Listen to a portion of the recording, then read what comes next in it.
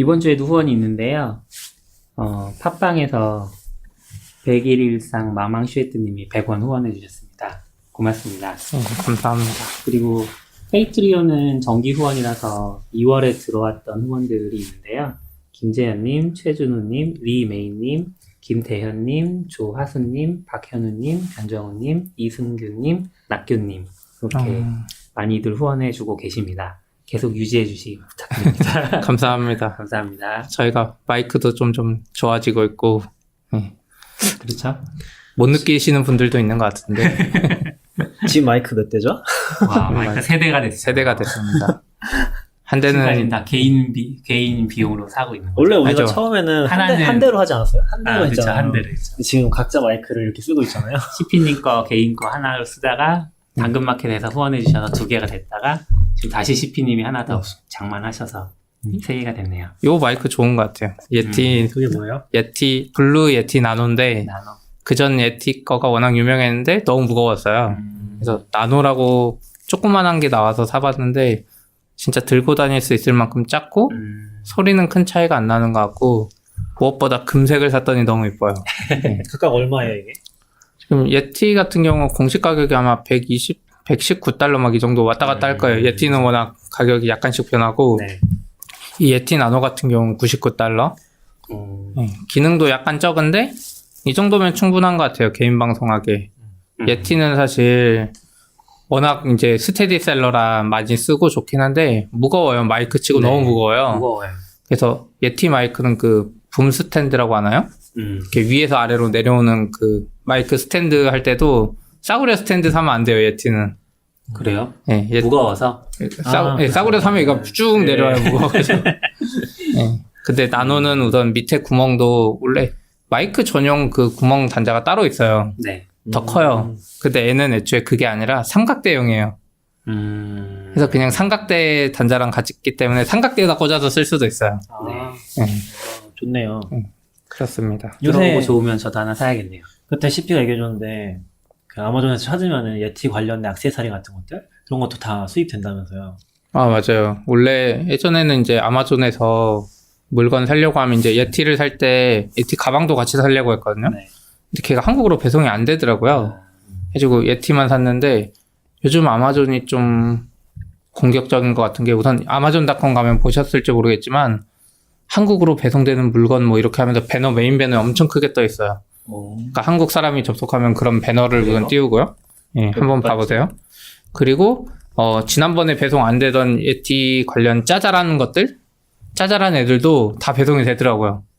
해가지고 지금 제가 이 예티 나눠 사면서 오늘 안 가져왔는데 이 위에 뭐 털처럼 달린 게 있어요. 덮어 씌우는 거예요. 네. 예, 그 마이크 위에 바람 씌우는 소리가 안 들어가게. 아, 네. 제가 이번에 유튜브 쓸 때 그걸 안 썼는데 그때 바람 소리가 많은데 그게 뭐 데드캣인가? 뭐 그런 은어로 부르는 것 같아요.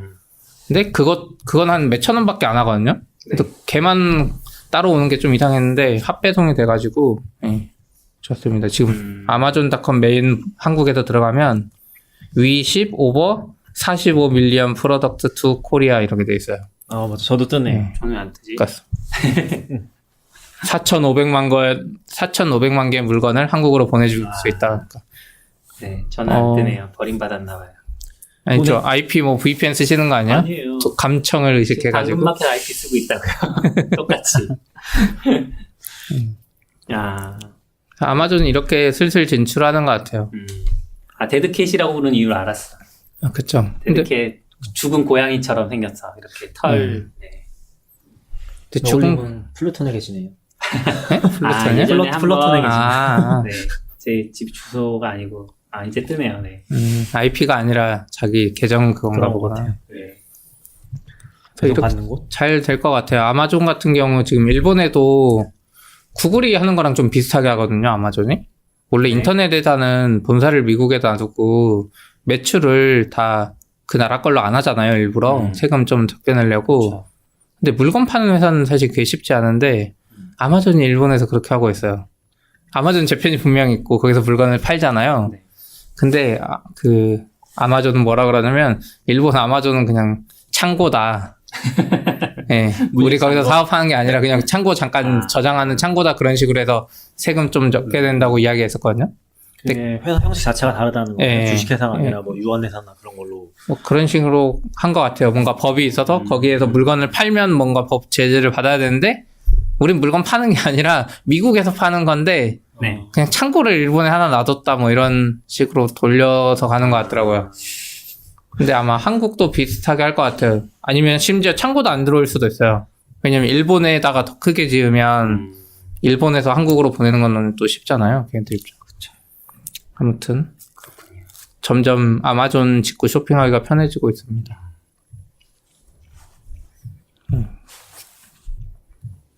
다음 이야기를 해볼까요? 이번에 노션 업데이트 됐다면서요? 음. 너굴님이 꽤 됐는데 노션 업데이트 된지. 너굴님이 쓰신 건가요? 아니요, 네. 제가 썼는데 아 그래요? 네. 이거 왜 쓰신 거예요? 에버노트 임포트가 편해졌어요. 아 그래요? 저희 회사 같은 경우 원래 에버노트를 썼거든요. 네. 그래서 에버노트 노션으로 옮길 때 이제 새로 적는 문서만 노션에 썼어요. 그렇게 한 이유가 뭐냐면 에버노트 그 문서를 노션으로 옮기는 게 거의 불가능해요. 그러니까 텍스트는 그냥 카피 앤 페이스트 하면 되는데 이미지가 안 왔거든요. 그래서 이미지를 중간중간 내가 손으로 다 넣었어야 돼요, 다시. 그렇구나. 근데 불편하네. 노션이 이번에 업데이트 되면서 전체 인풋 기능 같은 걸 만들었더라고요. 그래서 쉽게 해주게 만들었어요. 뭐 요번 업데이트 된 건 아닌데 2월에 업데이트 된 것 중에는 그 색깔 넣는 게 원래는 블럭 단위로밖에 안 됐었는데 이제는 글자 단위로 지정해서 색깔 넣을 수 있게 돼서 그것도 좀 좋고. 저는 저는- 생각을 못 해봤어요. 저는 이게 진짜 이상한 인터페이스 중에 하나라고 생각하는데 색깔 바꾸는 인터페이스가 네. 그게 색을 바꾸고 나서 취소하는 걸 찾을 수가 없어요. 방금 보셨어요? 이 백그라운드를 오렌지로 바꿨잖아요. 네. 이 상태에서 취소하는 걸 아무리 찾을 수가 없어요. 그 백그라운드에 그레이, 브라운, 오렌지 이렇게 쭉 있잖아요. 네. 근데 제일 위에 뭔가 가보세요. 취소하는 게 없고 이 컬러를 블랙으로 바꿔야 돼요. 아, 근데 그러면은 블록 색깔이 없어져요. 원래는 캔슬을 해야 될 것 같은데. 그러니까 그래서 뭔가 문서 정리하면서 뭔가 바꾸다가 원래 상태를 나타내려고 색을 썼었거든요. 네. 근데 원래 거 찾으려고 해서 도저히 찾을 수가 없어서 한참 헤맸던 기억이 나요. 그래서 이게 좀 뭔가 그 다른 거에서는 블랭크 컬러 같은 거 쓰잖아요. 그러니까 이렇게 빨간색으로 쳐져가지고 색이 없는 상태가 맞아요. 되는 네. 거. 근데 그런 게 없더라고요. 그래서 이게 좀 신기했어요. 약간 좀 얘는 잘할 것 같은데 그런 게 없는 게 좀 신기하더라고요. 그래서 이게 기본- 잘한 거 아니에요? 이 개념이 좀 이상하죠. 아무래도 그 색이랑 백그라운드랑 좀 섞여서 쓰고 있고 아예 동시에 쓸 수가 없구나. 백그라운드랑 색이랑 그렇네요. 그런 컨셉인가 보네. 근데 애초에 이렇게 하는 게 좋은 것 같아요, 저는. 그러니까 그래요? 개발 관점도 그렇고 뭔가 심플하게 유지하려면 블럭 단위로 이렇게 해야지 이렇게 막 이것도 되고 저것도 되고 하면 점점 복잡해질 거잖아요. 근데 그게 이제 핵심 기능도 아니고 예전에 예전에 복잡해지고 있잖아요. 지금 색깔 그 단어 단위로 바꿀 수 있다고 아. 하신 거 아니에요? 그거 어떻게 하는 거예요? 단어 선택하고 컬러? 하시면 돼요. 전 안 되는 것 저도 안 같던데. 되는데? 네. 최신 버전이 아닌가? 아니요, 최신 버전 막 될 텐데. 그러니까 자동으로 업데이트 되잖아요. 그거 다시 켜면은 다시 리프레시가 네, 되는데. 네. 해봤더니 취소됐나? 그러니까 저는 노션처럼 이렇게 좀 간단하게 해야 되는 게 기능적으로 너무 확장하지 말고 미국 애들이 좀 그런데 인스타그램이 성공할 때 성공한 이유 중에 하나가 저는 그 정사각형 프레임이라고 봤거든요. 그 정사각형만 했어요. 사진의 비율을 유지 안 해주고. 근데 인스타그램 그 당시 시대에 유행했던 UI가 뭐냐면 타일 형식의 그거거든요. 비율을 유지하면서 그 뭐죠? 유명한 핀터레스트처럼 그 UI가 완전 대유행하던 시절이었어요. 그래서 저도 이제 아이폰 개발 그때도 막 취미로 하고 했었는데 그 UI 만드는 거에 대한 블로그 그 게시글이 엄청 많을 정도였어요. 심지어 그 자바스크립트로 하는 법, 뭐, 그거 네. 프레임워크가 나오고, 뭐, 그거 막 픽셀을 계산해가지고 막 뿌리고 막 이런 시대에 갑자기 인스타그램이 우린 정사각형만 할 거야 해가지고, 인스타그램은 UI 개발할 때 엄청 편해요. 정사각형이기 때문에 그냥 블럭도 되고, 했더니 사람들이 이제 네모 정사각형이 유지되니까 그 9개씩 나오는 거를 그냥 잘라가지고 또 크게 이미지 만들고 막 이런 문화가 생겼잖아요. 그리고 요즘 UI에는 이제 그 뭐죠? 핀터레스트처럼 비율 유지하면서 들어간 것도 싹 사라져 버렸잖아요. 그쵸. 저는 그 성공의 일부분은 그게 있는 것 같아요. 정사각형으로 잘라가지고 리소스를 좀 줄이지 않았나. 시피님이 인스타도 하세요? 예, 가끔 해요. 와, 인스타 못하겠던데. 저 거의 안 올리고 저는 사진을 못 찍어요 기본적으로. 색깔 단위로 글자 단위로 바뀌고 있는데요? 제가 했어요. 어떻게 했어요? 위에 있던데요. 위에 아 복잡해요? 텍스트 컬러가 있어. 선택하면 위에 나타나네요. 글자를 선택하면 위에 살짝 나타나요. 아 이거구나. 그 컬러가 아니라. 별로 좋은 기능인지 잘 모르겠게. 그러게요. 뭐 아무튼 이 노션이 좀 더 좋아지고 있다는 소식이었고 네. 또 이건 너굴님이 적으신 것 같네요. 그렇죠? 파이어폭스 샌드 아니에요. 이것도 제가 그래요? 근데 파이어폭스 샌드 처음 알려준 게 이제 너굴림이었죠. 네, 네. 그랬던 것 같아요. 그래서 너굴님이 적은 거. 파이어폭스 샌드가 이제 그 파일 전송하는 거잖아요. 인회용 파일 전송 네. 시스템? 그렇게. 근데 이런 경우가 진짜 은근 많거든요. 그러니까 에어드랍만 쓰다 보면 좀 없는데 애플 제품만 쓰다 보면 이렇게 전송할 수 있는데 막 맥으로 전송해야 되거나 윈도우 전송할 때 막 SMB 뭐죠? 옛날에 삼바 뭐 공유 폴더 걸어주고 네. 이거 진짜 귀찮거든요. 그리고 친구한테도 뭐 보내줄 때도 복잡하고. 근데 파이어폭스 샌드 그때 알려주셔서 엄청 잘 썼는데 기사 보니까 이제 정식 출시래요. 파이어폭스가 원래 이런 뭐죠? 베타 기능들 진짜 많이 만들더라고요. 맞아요. 베타만 모아놓은 것도 있었는데, 그래요? 네. 베타만 모아놓은 페이지가 있어요. 그런데 베타로 하다가 접어서 없어진 것도 많았어요. 네. 네. 근데 얘는 정식 출시가 돼가지고. 들어보니까 로그인을 하면 2.5기가까지 보낼 수 있고 로그인 안 하면 그냥 1기가까지 보낼 수 맞아요. 있네요. 비번을 걸 수 있는 거죠. 그쵸. 비번 걸 수도 있고 안 걸 수도 안 있고. 걸 수도 있고. 안 걸 수도 있어요? 네. 그래서 비번 안 거는 방식은 사실 진짜 방법은 많은데. 잠깐 그것도 있지 않아요? 몇 회만 받을 수 있게 하는. 네, 그것도 있어요. 네, 맞아요. 그래서 좋은 것 같아요. 비번 걸고 한 번만 받게 하면 좀 안전하잖아요. 이거 예전에 몇 회만 다운로드 받게 하는 거 그 메뉴가 있잖아요. 네. 드롭박스라고 해나? 네. 셀렉트 박스가 뜨는데 거기에 한국어로 가면 1다운로드 이렇게 맞아. 떴었어요. 맞아요. 저희가 그때 보내려고 하니까. 모르겠어요. 기억 안 나요. 맞아요. 이거 왜 이러는 거냐고. 그때 그 저희 한빈 녹음실에서 네네. 보내려고 했는데 다 1다운로드예요. 아, 맞아. 기억났어. 저는 근데 보통 드랍박스 쓰긴 해서 공유할 거 있어요. 제 드랍박스에 있는 거 그냥 다 웹에 페이지가 있잖아요. 드랍박스에 파일이 있으면은. 유료 사용자의 여유죠. 아니에요. 그거 공유하면 네. URL만 알면 누가 다 알 수 있어요. 아니, 그것도 암호를 걸 수 있어요. 응? 거기도 암호를 거는 기능이 있어서, 그러니까 음. 지정한 사람한테만 공유할 수도 있고, 네. 아니면 지정한 사람한테 공유를 하고 추가로 암호도 걸 수 있을 거예요. 그래서 저는 또 필요한 경우에 이제 그런 식으로 많이 공유했었거든요. 근데 지정하는 사람이 아닐 드랍박스 안 쓸 수도 있잖아요. 드랍박스 안 써도 돼요. 링크만 주면 되니까. 그 웹페이지가 있잖아요. 아마 그랬던 것 같은데. 하긴 지정한 사람이면은 로그인 돼 있어야 되니까 그럴 수도 그렇죠. 있겠네요. 네. 지정 안 한 사람 해주는 건데 요즘에 전 파일 전송할 때마다 파이어폭스 샌드가 제일 먼저 생각나더라고요. 그쵸, 뭐, 이거. 약간 예전에 그런 것도 많았잖아요. 한국 웹에서 메일 보낼 때, 대용량 메일 보내고 이런 네이버. 거. 그렇죠. 다음인가? 거기서 뭐, 네, 엄청 다음도 크게 있었어요. 지원해줘가지고, 네이버는 그 대용량 메일 지원해줘. 네네. 그런 거 꼭 쓰라고 막, 그런 흠뻑 같은 것도 있었잖아요. 지금도 그래요. 그래서 그래요? 특히 이제 그러니까 이력서 받을 때 용량 크게 막 동영상을 막 첨부하는 분들도 있고 막 이런데 네이버 이메일이나 막 이런 대용량으로 온단 말이죠. 근데 어차피 그게 모바일에서 못 열잖아요. 네. 그럼 바로 확인을 못 하고 며칠 안에 봐야 돼 빨리. 다운받아 놔야 맞아요. 돼.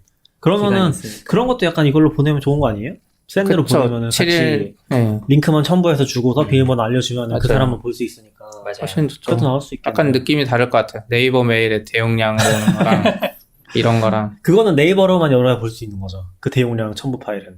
아니요, 그 누르면 이제 네이버 아, 사이트 네이버로 가서, 가는 건가? 예, 아, 지메일에서도 볼 수는 있죠. 없어도 다 할 수 있어요. 근데 이제 문제는 그건 비밀번호 기능 같은 거 없죠. 그래서 어떻게 보면 더 취약해요. 대용량 메일 진짜. 그 링크만 있다는 거죠? 네, 네. 링크만 따면 누구든 다 볼 수 있어. 훨씬 위험하네. 그거 메일은 기본적으로 아무것도 안 되잖아요. 그렇죠. 그거랑 비슷하게 또 다른 카테고리긴 한데 에어드랍 있잖아요. 네. 에어드랍 이제 아이폰 간에 아이폰 애플 제품 간에 애플 파일 제품 보내는 거. 간에. 네. 이게 저희 기억나는 게 뭐냐면 그거 보고 있거든요. 가끔씩 고등 래퍼라고 네. 요새 고등 래퍼인가? 고등학생들이 나오는 네 맞아요. 네. 나 잘 모르시는구나. 잘 몰라요. 약간 주류 문화랑 TV가 떨어져 있어서 없다고요. 우리가.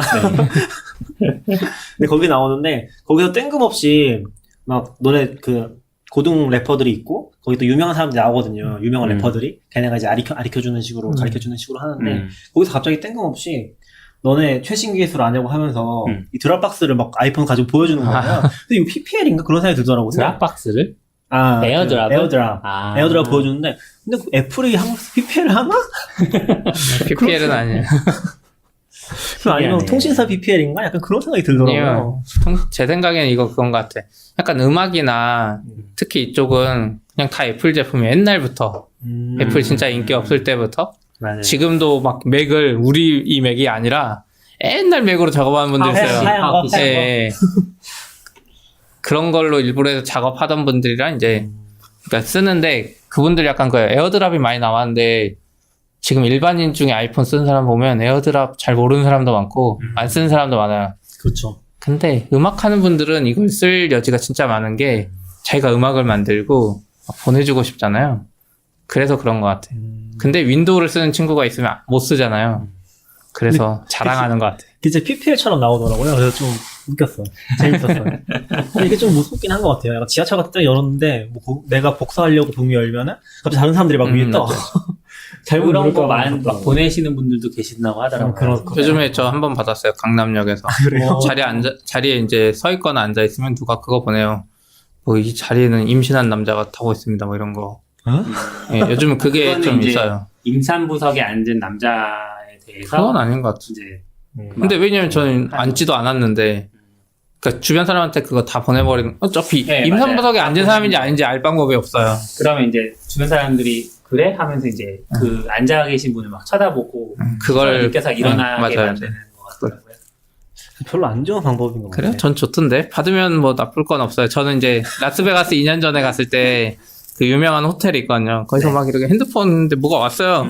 그래서 봤더니 에어드랍인데 중국 사람이 자기 방금 인증사진 찍은 거를 잘못 보낸 거야. 안 좋은 케이스잖아요. 지금. 아니죠. 어차피 그 사람인데 나는 보는 거지. 이 사람 사진 잘 찍었네 하면서. 안 좋은 사례 또 있어요. 뭐요? 그 막 지하철에서 이상한 사진들을 막 부츠정 다수한테 막 아, 그럴 보내는 수 거예요. 있죠. 네. 근데 그거를 막을 수는 없어요. 뭐 있죠. 아는 사람만 받게 한다던가. 있어요? 해본 옵션을 보진 않아서. 어? 아, 그래요? 아니, 있냐고요. 옵션 기본이 아는 사람만인가 그래요. 아, 그래요? 연락처에 있는 방금까지 사람만. 낙규님 엄청 잘 쓰는 것처럼 얘기하니까 그러니까. 갑자기 옵션이 안 들어가 이게 모르네. 이게 몰라. 고등 래퍼보다 기술, 아, IT 근데 기술 모르네. 저는 근데 그런 걸 설정한 적이 없는데, 내가 딱 공유 눌렀을 때, 모르는 사람들이 뜨잖아요. 그거는 모르는 아, 사람 그건, 예. 보내는 거라서 그런 거. 네, 그 사람들이 풀어놓은 거예요. 그 사람들이 연락처, 그러니까 저 같은 경우도 연락처만 안 해놓거든요, 일부러. 왜냐면 에어드랍을 쓰는 상황을 생각해보면 일반적으로 처음 만난 사람이나 이런 사람이랑 하는 경우가 많아요. 맞아요. 그랬던 것 같아요. 그래서 풀어놔서 뭐 크게 나쁜 건 없어요. 그거 받고도 재밌으면 보고 뭐 안 보면 말고. 아무튼 얘기가 좀 샜는데, 뭐, 에어드랍도 좋은 것 같습니다. 근데 저는 에어드랍 같은 거 구글이 만들어줬으면 진짜 좋겠는데 구글이 이걸 좀 안 해요. 안드로이드 없다는 거죠, 비슷한 기능이. 그쵸. 안드로이드에는 아직 그런 기능 없어요. 네, 안드로이드는 없고. 이거 파이어폭스 샌드를 API만 잘 뚫어서 쓰면 그러니까. 비슷하게 만들 수 있지 않을까요? 근데 파이어폭스 샌드 API 만들어주진 않을 거예요. 뭐 네, 뒤로는 갈 텐데 그렇긴 왜냐면 한데. 트래픽 비용이 많아서. 그렇죠. 근데 구글은 자기 돈도 많고. 왜냐면 이게 지금 문제가 뭐냐면 저도 이제 동영상 편집하거나 할 때 집에서 윈도우 컴퓨터 쓰거든요. 네. 그럼 맥이랑 제 아이폰에 뭔가 파일이 있어요. 음성 파일이 100메가예요, 동영상이. 이걸 윈도우로 올리려면 좀 노답이에요. 맞아. 이걸 꽂아야 돼요. 케이블을 꽂고, 거기 가서 이 많은 사진 중에 찾아내야 되거든요. 해가지고, 어떻게 하냐면, 아이폰에서 아이맥으로 에어드랍으로 보내요. 그리고 아이맥에서 그 삼바 그 공유 프로토콜로 윈도우를 다시 들어가거든요. 해서 제가 엊그제 검색해봤어요. 아니, 분명히 이 세상에 다양한 사람이 많아서, 윈도우에서 에어드랍 되게 만든 사람이 있지 않을까. 근데 없더라고요. 그런 건 없고, 이제 반대로 뭐, 비슷한 솔루션을 만드는 애들은 있어요. 그 뭐, 드랍존이나 뭐 이런 애들. 윈도우와 맥과 막 이렇게 파일 전송할 수 있게. 그래서 이쪽 시장도 재밌는 것 같고. 그렇군요. 파이어폭스 이거 돈은 어떻게 벌지? 근데 뭔가 나오지 않을까요? 근데 용량 2기가의 트래픽 막 받으면, 파이어폭스는 돈 어디서 벌어요? 후원? 모질라 후원. 잘 몰라요. 저는. 모질라 그렇게 많이. 자체니까. 그렇게 많이 들어와요? 모질라는 비영리 단체 않을 거 아니에요? 비용리죠. 비영리예요? 비용리 아닌가요?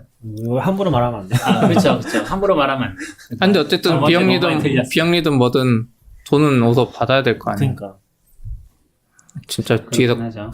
아니 포켓도 샀잖아요. 비용리는 아닐 것 같은데. 그런가? 영리인지 비영리가 중요하진 않잖아. 어쨌든 돈을 버는 게 안 보이니까. 비영리 재단 맞대요. 위키에 써있네. 아 그래요? 네. 아 그 재단이잖아요. 그러니까 그건. 모질라 재단이 있고 그 다음에 모질라에서 만드는 모질라 코퍼레이션에서 이제 소프트웨어나 이런 관리 하나 봐요. 네. 용량 2기가씩 파이어폭스 올리면은 10명만 받아도 20기가고. 그쵸. 친구들끼리 이거 뭐 영화 공유할 때 이거 쓰게 생겼잖아요. 그러네. 그래서 이런 거 볼 때마다 계속 그 생각이 들어요. 이제 예전에는 이런 생각 안 들었는데 회사 여기 하면서 트래픽비 은근 비싸다는 거 좀 느끼니까 트래픽비 볼 때마다 그 생각이 들었어요. 그쵸. 5기가면 꽤 큰데 잘 유지해주기를 기대할 수밖에 없겠네. 근데 파이어폭스 불편해서 안 쓰는데. 전 정말 좋은데. 다 좋아요. 저 딱 하나만 되면 무조건 옮길 것 같은데. 뭐요? 멀티 프로필 기능. 아, 맞아요. 그러니까 되긴 하는데 약간 스크립트 만들어서 하긴 하고 뭐 서드 파티 있는데 자체 지원만 해주면 진짜 그러니까 다 있어서 자체 지원 해줄 수 있거든요. 네. 그걸 절대 안 하더라고. 왜냐면 저 같은 경우는 회사 그것도 있고 막 구글 계정 많다 보니까 이게 필수인데 맞아요. 제가 몇 번 시도하다가 다시 돌아왔어요 그것 때문에. 해주지 좀. 낙표님이 좀 해주라고 해보세요. 파이어폭스 골수 사용자로서 골수 네, 사용자죠. 이것 때문에 안 된다 영업이. 그렇긴 하죠. 네. 이 CS는 작업 정의간 종속성 관리 기능이 추가됐다 그러는데 이게 이제 그 순서 말하는 거죠? 종속성이.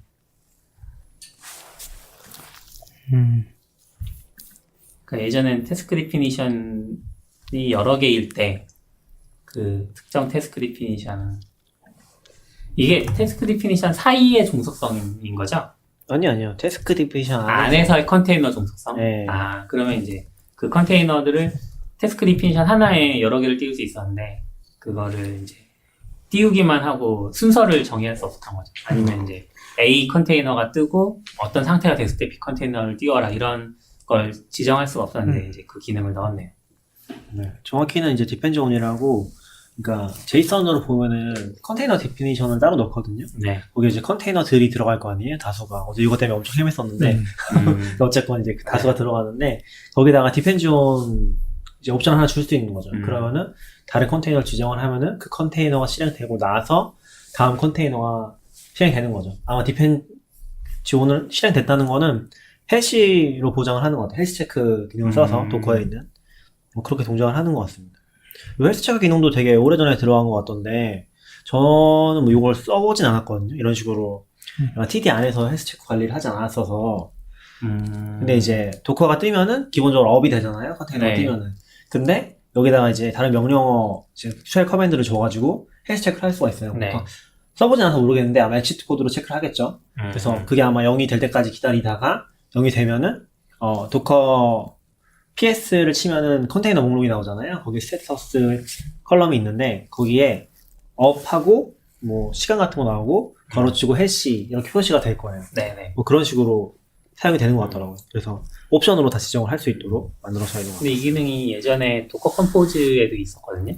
디펜즈 온이 있었어요. 그래서 뭐 예를 들면 MySQL을 띄워놓고 그다음에 장고 저는 파이썬이니까 장고 서버를 띄운다고 할 때 MySQL 컨테이너가 뜨기만 하면 소용이 없고 뜬 상태에서 MySQL이 열심히 초기화 작업을 해서 서비스가 사용 가능한 상태가 되기까지 시간이 좀 걸리거든요. 한 5초에서 10초 정도 걸리더라고요. 근데 그 사이에 장고 서버가 먼저 떠버려서 찔러요. 근데 응답이 없으니까 이제 서버가 못 뜨고 죽는 상태가 생기거든요. 그래서 그 도커 컴포즈 2.0 때 파일에서는 어떻게 썼냐면 디펜즈 온에다가 MySQL 쪽을 찔러요. MySQL 컨테이너 정의에다가 그러니까 서비스 정의에다가 헬시 해놓고 이제 나의 헬스 상태는 어떤 상태다. 뭐 거기다가 이제 MySQL도 자체적인 그 핑 같은 게 있더라고요. 그래서 뭐 특정 포트로 핑을 날려본다 이런 식으로 해가지고 핑이 뜨면 헬시 상태로 컨테이너가 바뀌는 거죠. 그러면 장고 컨테이너 중에서 쟤 바뀌었으니까 이제 내가 떠도 돼. 이런 식으로 해서 서비스를 띄우고 했었는데, 3으로 가면서 갑자기 사라진 거예요, 이게. 그래서, 왜 사라졌지? 하고 이제 막 찾아보니까, 그 관련 GitHub 이슈가 있더라고요.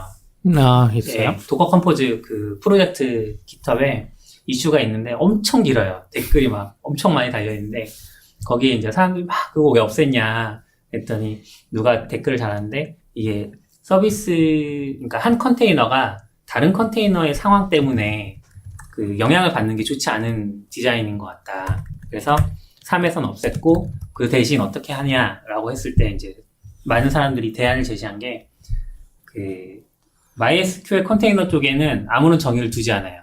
얘는 그냥 띄워. 그리고 장고 쪽 컨테이너에서 서비스 띄우기 전에 MySQL에 접속 가능한지를 확인을 하는 거죠. 이게 wait for 뭐 이런 식으로 스크립트가 있거든요. 그래서 저 같은 경우는 그 wait for MySQL, wait for PostgreSQL 뭐 이런 되게 많은 시리즈가 있는데, 저는 그냥 그걸 다 통칭하는 wait for it이라는 스크립트가 있어요. 그걸 써서 뒤에다가 뭐 MySQL이면 3306인가요? 3306 딱 넣어놓으면, 그러면 이제 얘가 run 명령에 그걸 넣어놓는 거죠. 예를 들면 커맨드 명령에. 그러면 wait로 먼저 실행을 해서 3306에 접근 가능한지 확인을 하고, 접근 가능한 시점에 이제 서버를 띄우는 이런 식으로 하는 게 이제 대세가 됐어요. 그래서 바뀌었는데, 그거는 어플리케이션 컨테이너의 CMD를 오버라이드 하는 거예요? 네. 그렇죠. 근데 ECS에 이번에 추가된 거 보니까 컴포즈 2.0 때에서 쓰던 방식을 계속 도입하고 있어서 이게 맞나 싶기도 하고. 근데 저는 이게 맞는 것 같아요. 웨이트폰인데 MySQL이 떴는데 사실 제대로 안 떴을 수 있잖아요. 제대로 안 떴다는 것도 헬시 상태가 아닐 수도 있잖아요. 죽진 않았는데 뭔가 설정 문제로. 그러면 응답도 없는 거 아니에요? 저는 약간 아니죠. 응답은 있는데 약간 지금 헬스 체크도 약간 옵션을 줄 수 있잖아요. 진짜 셀렉트를 해본다거나 그런 식으로. 셀렉트까지 가능해요? 그건 잘 모르겠네요. 뭐 커맨드에서 어떻게든 하면 되니까 해서 DB가 정상이 아니면 얘를 죽일 수 있는데, 반대로 DB MySQL 컨테이너는 아무것도 안 하고 장고나 이쪽에서 하면 창고가 얘가 봤는데 안 떴어. 그러면 MySQL을 다시 띄울 방법이 없어. 그냥 장고가 안 뜨고 끝나버리는 거야, 어떻게 보면. 그렇죠. 제가 봤을 때 컴포즈는 MySQL 이런 건 이상하죠, 사실. 그러니까 MySQL을 컨테이너에 쓰는 것 자체가 안티 패턴이잖아요. 너굴님은 이제 개발 환경 자체를 좋아하시니까 네. 그런 생각 가지고 있을 수 있는데, 네. 저는 그게 안티 패턴이라는 것 자체는 뭐 그냥 틀린 말은 아닌 것 같아요. 그래서 3에도 보면은 디펜존이 없어진 건 아니에요. 그러니까 있기는 하지만 디펜존이 있는데 헬시 얘기하셨던 체크가 없죠. 그 컨디션으로 체크하는 네, 부분이 없었던 거죠. 없어진 거죠. 그래서 얘네는 그냥 진짜 실행하는 것까지만 보고서 바로 띄워버리는 거였잖아요. 그래서 전 이해는 가는 것 같긴 해요. 근데 지금은 또 상황이 바뀐 게 뭐냐면, 제가 봤을 때 뭐 쿠베 쪽은 정확히는 모르겠긴 한데 비슷한 게 있을 것 같아요. 이게 들어가는 이유는 이거 트위터 올려주셨던 분이 있는데, 거기서 설명한 걸 보면은 엔보이가 뜨면은 애플리케이션 컨테이너 실행하라 이런 게 있거든요. 근데 이게 의존 관계가 있어요. 이게 그렇죠. DB랑은 다른 의미에서 얘는 엄청 요새 핫하고 사이드카 패턴 구현하려면 반드시 필요한 거거든요. 네. 그래서 이런 니즈 때문에 또 들어간 게 아닌가 싶은 거죠. 그러니까 예전에 뭐 개발 환경을 구축하기 위해서 썼던 그런 헬스 체크 때문이 아니라, 뭐 이제는 사이드카 패턴을 구현하기 위해서 들어간 게 아닐까 싶긴 하더라고요. 근데 뭐꼭 그거, 어쨌든 쟤가 안 뜨면 쟤를 다시 띄워야 되잖아요. 네. 결국 그거 때문에 꼭 필요한 것 같아요. 근데 이제 이 사이드카 패턴은 얘가 없어도 실행은 될 수 있는 거죠. 그리고 실행이 안 나중에 되나? 모르겠다. 실행이 안 되겠죠. DB랑은 좀 다를 것 같긴 한데 실행 되긴 할 것 같은데, 얘한테 직접적인 어떤 실행 자체 의존성을 가지고 있는 거 아니니까 DB 의존성을 가지고 있는 게 아니잖아요. 그런가? 해봐야 돼. 근데 뭐 이제 어플리케이션 상황마다 워낙 달라서 애가 꼭 필수적인 거라 애 안 뜨면 애 떠봤자 아무 의미 없으면 안 뜨는 게 낫죠. 저는 근데- 실제로도 지금 ECS에서 엔진엑스랑 장고 컨테이너랑 2개 띄우고 있거든요. 한 TD 안에서. 근데 엔진엑스만 뜨거나 장고만 뜨거나 해봤자 아무 의미 없잖아요. 그쵸. 못 받으니까. 근데 그런 패턴 자체가 별로 안 좋은 것 같아요. 그러니까 엔진엑스 따로 다른 레이어에 띄워야죠. TD 하나에 섞으면 안 된다는 거죠. TD도 분리해야 된다고요? 뭐 그쵸? 그쵸. 제일 이상적으로는 TD가 따로 있어야죠. 엔진엑스 레이어 따로 있어서 왜냐면 받아서 다시 엔진X는 한 보내주시고. 10개만 필요하고 장고는 100개가 필요할 수 있거든요. 일반적으로는 그렇게 많이 뜨잖아요. 그렇긴 하죠. 왜냐면 엔진X가 받아줄 수 있는 트래픽 양이 훨씬 많으니까 밑에 애들은 그거보단 낮으니까. 그래서 뜰 수 있는 인스턴스 타입도 다르고 그래서 그러니까 당장 보면 엔진X랑 앱서버, 레일즈나 뭐 장고 네. 앱서버 관계만 봤을 때는 서로 떨어져 있는 게 이상적이긴 하죠. 보통 이제 워낙 이제 가까이 왔었으니까 네. 많이 붙이잖아요. 그냥 저기 같이 쓰는 것처럼 심지어는 이제 그렇게도 너굴링처럼도 쓰시고 이제 예전에는 슈퍼바이저 티 같은 걸 하나 묶어버리는 경우 되게 많았잖아요. 그거를 이제 단순히 분리한 것뿐이긴 하지만 정말 내가 구축한 인프라를 얘기하면 자꾸 혼나는 아, 게 그래요? 그런 건 아니라 그냥 아니, 그래도 거기에 한계 어세요. 우리는 아직 안 했는데. 맞아. 안 했으니까 이렇게 말할 수 있어. 근데 처음에 그렇게 하고 뭐 하나씩 점점 발전해 나가는 것 같아요. 그러면은 엔진엑스 컨테이너의 경우에는 ECS에서 한다고 하면 ECS 클러스터의 데몬 형태로 띄워야 되는 거예요? 아니죠. 걔도 따로 서비스 형태로 뜨는 거죠. 데모는 그리고 용도가 다르죠. 데모는 데몬은 그러니까 뭐 에이전트나 이런 거 띄워서 매트릭스 취하거나 하잖아요. 근데 그렇죠. 엔진엑스가 그러면 만약에 클러스터 인스턴스가 1번, 2번이 있는데 1번에만 엔진엑스가 뜨고 뭐 몇 개를 띄우든 1번에만 뜨고 2번에는 안 떴어요. 근데 2번에 있는 장고 애플리케이션 사용 못 하는 거 아니에요? 그래서 뭐 엠보이나 뭐 이런 것도 이제 붙어주고 해야 되는 거 아니야? 서로 HDD처럼 찾아내. 이번 인스턴스에 있어도 일본 거 타야죠. 그러네. 서로 네트워크를 어떻게 타지? 그 다 설정해놔야죠. 그러면은 만약에 앱 서버를 띄우면 앱 서버의 엔드포인트는 어떻게 찾아요? 그런 거 이제 서비스 메시 같은 걸로 서로 찾아내잖아요. 그래서 네. 너굴링 하신 방식 좋은 것 같아요. 하려고 하니까 점점 복잡해져. 궁금증이 많아지고 있습니다. 맞아요. 그런 게 많아서 처음에는 하다가 이제 문제 생기면 점점 이상적인 방향으로 가는 것 같긴 해요. 요새 처음부터 떡밥인 것 같아요. 처음에 도커 나왔을 때부터 엔진엑스 그럼 어떡하냐. 맞아요. 그때부터 항상 그 말 많았어요. 그때는 막 태스크 디피니션이 아니라 도커 파일 안에 그냥 같이 넣어놨죠. 네. 그래서 도커 엔트리에서 하나는 백그라운드로 띄우고 그런 것도 많았잖아요. 참 뭐 결론은 상황 안에서 알아서 하는 게 맞는 것 같아요. 그 뭐 정확한 답을 주는 건 없는 것 같아요. 그리고 이 ECS 중속성 관리 기능이 파게이트는 안 된다고 하더라고요. 파게이트는 원래 개념 자체가 어디서 뜰지 모르기 때문에 그렇겠네요. 근데 나중엔 결국 되겠죠. 근데 어떻게 어디서 되냐. 뜰지 몰라도 TD잖아요. TD 안에 있는 컨테이너는 하나에서 뜨는 게 보장되는 거 아니에요? 근데 TD는 그런데 TD 아닐 수도 있는 거 아니에요? TD가 아닐 수 있다? TD 말고 TD 안에서만 하는 거예요. TD 아닌 것도 되지 않을까요, 나중에? 나중에 모르겠는데 어쨌건 지금 TD 안에서라고요? 이 기능은 TD 안에서만 이제 보장을 해주는 그렇죠. 거니까. TD 안에서만. 모르죠. 아마존이 사실은 파게이트에서는 TD 안에 있어도 서로 다른 데 띄워버릴 수도 그렇잖아요. 이론상 불가능한 건 아니잖아요. 네, 네트워크 다 공유시켜서 그렇게 할 수 있긴 하죠. 왜냐면 하나에서 띄우는 거 보장되면 사람들이 꼼수 써가지고 또 TD 안에 막 30개씩 넣어가지고 근데 파게이트는 이제 막 그런가? 계속 뭔가 추가되고 있는 것 같아요. ECS 되면 파게이트 조금 추가되고 곧 되겠죠. 그거랑 같이 이제 스타트 타임아웃이랑 스탑 타임아웃이라는 기능이 들어간 것 같더라고요. 기능 자체는 원래 있었는데 보니까 원래는 스타트 타임아웃하고 스탑 타임아웃을 인스턴스에 설정했대요. 환경 변수로. 그러니까 이 인스턴스에 뜨는 모든 그 네. 태스크들이 컨테이너들은 다 이 설정을 먹었어야 됐는데 이제는 개별적으로 할 수 있다고. 그러니까 엔진엑스는 뭐 10초 잡고 도커는 아니 장고는 30초 잡고 뭐 이런 게 되는 것 같아.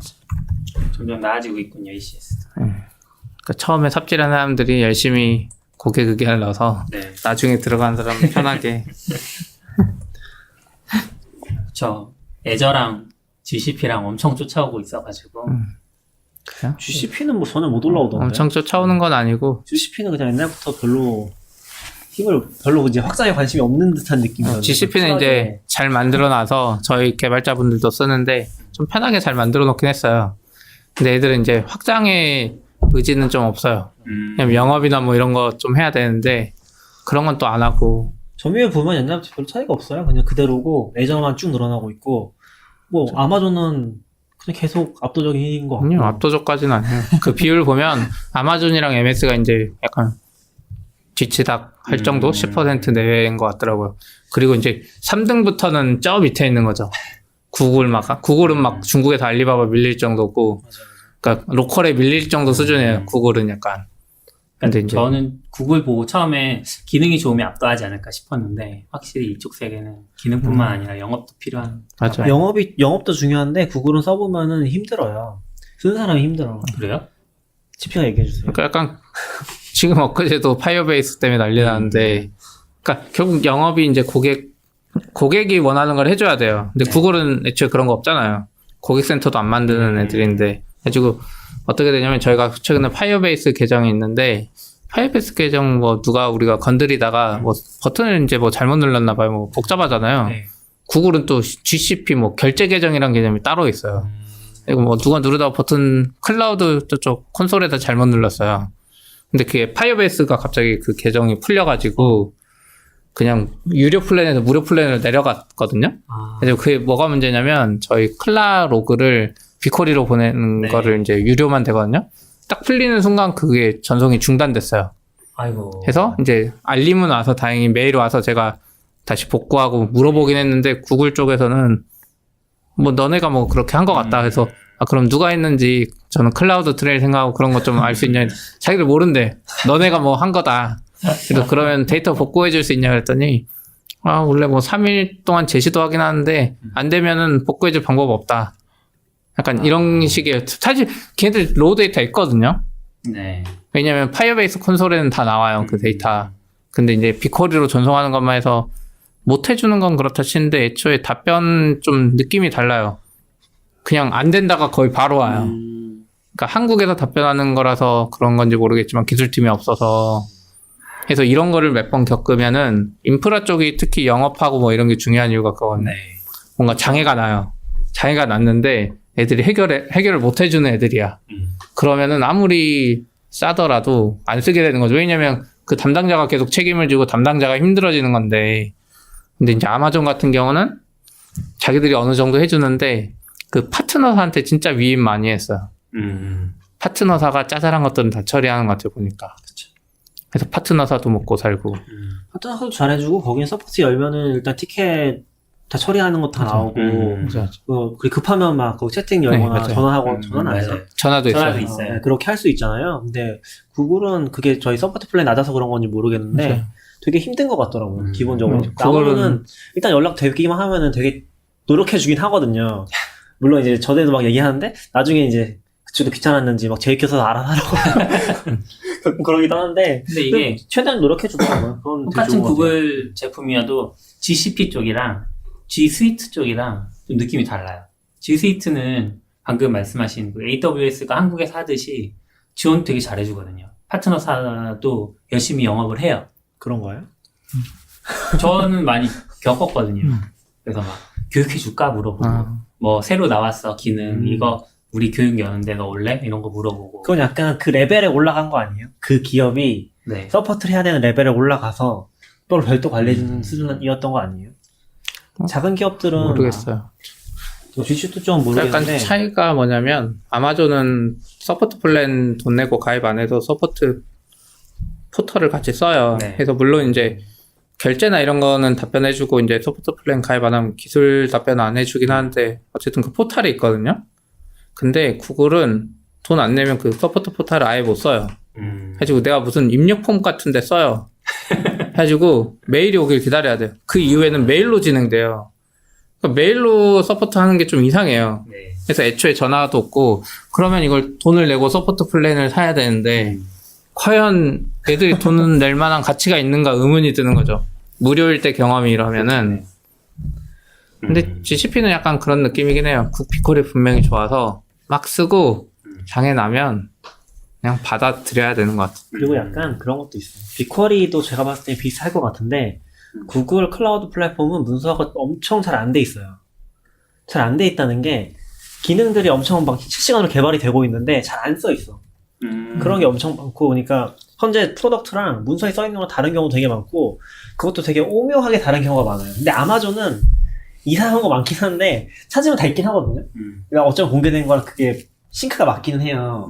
근데 구글은 그게 좀 잘 안 맞는 것 같더라고요. 근데 네. G슈트 쪽도 엄청 심했었고 빅쿼리도 보면은 좀 이상했고 빅쿼리는 문서 진짜 잘 돼 있어요. 잘 돼 있어요. 네, 빅쿼리 진짜 거기 쓸 수 있는 SQL이랑 오히려 이제 빅쿼리랑 그 아테나 비교해 보면 빅쿼리가 더 잘 돼 있긴 해요. 네, 아테나 쪽은 약간 그 SQL을 그 프레스토인가 그쪽 쓰다 보니까 그쪽은 또 프레스토로 다 연결해 버리고 아테나 자체에서 뭐가 가능한지 이런 것도 없긴 하거든요. 그렇다고 합니다. 제 말은 취소하는 거. 빅쿼리는 진짜 좋아요. 빅쿼리는 문서 보는 것도 좋고 제 빅쿼리를 많이 안 써서. 빅쿼리가 짱이긴 해요, 사실. 근데 이런 문제에 봉착했을 때 해결을 안 해주는 게 너무 좀 스트레스. 빅쿼리도 이제 막 쓰다가 뭔가 문제가 생기거든요. 네. 걔들 문제로 특히 파이어베이스 연동할 때 문제가 생기면 해결 안 해줘요. 그냥 아예 방법을 찾으려는 노력도 안 해줘. 우리가 공짜도 아니고 빅쿼리 다 돈 내고 쓰는 건데도 약간 해결해 주려는 의지가 진짜 약하죠. 그러면 약해서 많이 못 쓰는 거군요. 그쵸. 예전 MS가 원래 영업 잘하잖아요. 그러니까 사실 영업이라는 게 말로만 영업이지 그런 거 다 포함인 것 같아요. 문제가 생겼을 때 해결해 줄 것인가. 전 며칠 전에 글을 봤는데 애저가 이렇게 부상하고 있는 이유를 몇 가지를 분석했는데 그 중에 하나가 뭐 윈도우 사용이 익숙한 그 유저들이 윈도우 같은 그 플랫폼의 콘솔이 윈도우 같기 때문에 잘 쓸 거다라고 하는데 도무지 공감이 안 갔거든요. 그 들어가 보면 아시겠지만 콘솔이 윈도우보다 더 안 좋아요. 되게 쓰기가 어렵고 막 말도 다 비슷비슷하고 그래서 이건 이 사람이 써보고 쓴 얘기인가? 막 이런 생각이 들 정도로 그랬는데 그거는 증권사 리포트 보신 거 아니에요? 그래서 그런가 봐요. 네. 아니 근데 그 사람도 뭐 자기가 써보고 한 게 아니라 어디서 이제 그런 분석 기사를 보고 썼겠죠. 근데 이해가 안 가서 이제 왜 저를 쓰지 했는데 이제 지금 얘기하다 보니까 그런 부분이 확실히 강하겠네요. 그런 거 클 수밖에 없는 것 같아요. 아마존은 한국에 지금 엄청 본격적으로 들어오고 있는 상황이고 특히나 애저도 그렇고. 근데 뭐 구글은 사실 별로 신경 안 쓰는 거 같아요. 그게 달라요. 그러니까 네. 구글은 인력이 얼마나 있는지 보면 되는데 한국의 GCP 인력은 MS 애저보다도 적어요. 네. 그리고 아마존은 약간 방법을 애초에 달리해서 자체 인력은 적지만 파트너사들을 엄청 키우는 게 지금 최근에 베스핀 글로벌이라고 그 파트너사 중에 하나가 있는데 걔네들이 1,000몇백억 투자 받았거든요. 와 어디에서요? 중국이랑 이렇게 골고래서. 왜냐면 거기 대표님이 예전에 뭐 호스닉 무슨 뭐 창업했던 분이에요. 그런 비슷한 걸로. 그래서 어쨌든 고객이 많이 없는 상황에서 엄청 투자 받았어요. 중국이랑 뭐 이런 것 때문에. 그리고 지금 최근엔 또 메가존이 분사했죠. 분사도 했고 네. 지금 투자를 거기도 480억 받았거든요. 근데 그게 처음 투자 받은 거고 이게 지금 프리 투자라고는 나와요. 기사에. 올 연말에 더 크게 받을 거래요. A 시리즈도 아니고 A 시리즈 A긴 한데 이걸 받고 또 받을 걸 뭔가 이쪽은 좀 세상이 달라요. 저희 기준으로 480억 받으면 그러니까 1,000억 받았으면 네. 유니콘이라고 불려야 돼요. 그쵸. 근데 이쪽은 좀 다른 것 같은데 근데 아마 연말에 제 생각에 메가존 같은 데는 베스핀급이나 그거보다 더 받을 것 같긴 하거든요. 낙교님이 갸웃하셨어요. 왜? 잘 몰라요 저는. 그래서 영업을 잘하는 것 같아요. 그러니까 뭔가 전략을 잘 세운 것 같아요. 진짜 이걸로 돈을 벌겠다는 생각이 있는 회사인 거죠. 확실히 엄청 급격하게 커지는 것 같긴 해요. 그러니까 원래 아마존이 한국에 본격적으로 들어오기 전에는 일본에서 한참 중견기업, 대기업이 쓴다고 막 했었거든요. 근데 그때는 한국에서 진짜 많이 안 썼거든요. 근데 삼성전자 들어오면서부터인가? 그때부터 아마존도 엄청 본격적으로 들어오면서 지금은 한국도 막 큰 기업 다 들어가고 있잖아요. 그런 거 보면은 좀 몇 년 사이에 진짜 엄청 많이 달라진 것 같긴 해요. 진짜 큰 시장이구나. 그리고 공기업 쪽도 얘기 나오는 것 같던데, 공기업 네, 클라우드 쪽? 공공 클라우드 지금 민간에 맡긴다 그러니까 그거 경험이 누가 있는지 보면 AWS는 미국에서 공공 클라우드 하고 있잖아요. 그렇죠. 네. 리전을 아예 따로 놔둬서. 아예 리전도 별대로. 네, 고브 클라우드 리전이라 그래서 아예 기능 자체도 조금 맞아요. 늦게 배포되거나 뭐 아예 진짜 격리시켜 놨어요. 그래서 그 왓츠뉴를 보고 있으면은 고브 클라우드인가? 그쪽에 기능 들어가는 게 따로 나와요. 그러니까 리전별로 나오는데 거긴 또 따로 나와요. 더 안정적으로.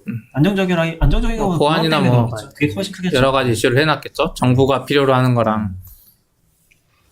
그것도 재밌더라고요. 구글도 좀 잘했으면 좋긴 하겠는데. 제품은 좋겠죠. 구글 뭐. 그래서 이번에 이렇게 AWS 좋아하니까 CP님이 발표도 하시고 그런 거예요. 아, 저는 안 하고. 낙교님이 원래 하기로 했는데, 낙교님이 그때 어디 간다 그래가지고. 전 루비카에게를 갑니다. 와, 여기서 다 만들어 놓으면 저를 조종하는 거죠. 아바타? 저희가 아마 AWS 서밋 4월에 하나요? 네. 4월에 한 서밋에서 이제 저는 못하고 제가 원래 신청했었는데 CP님이 대신 발표해 주실 거거든요.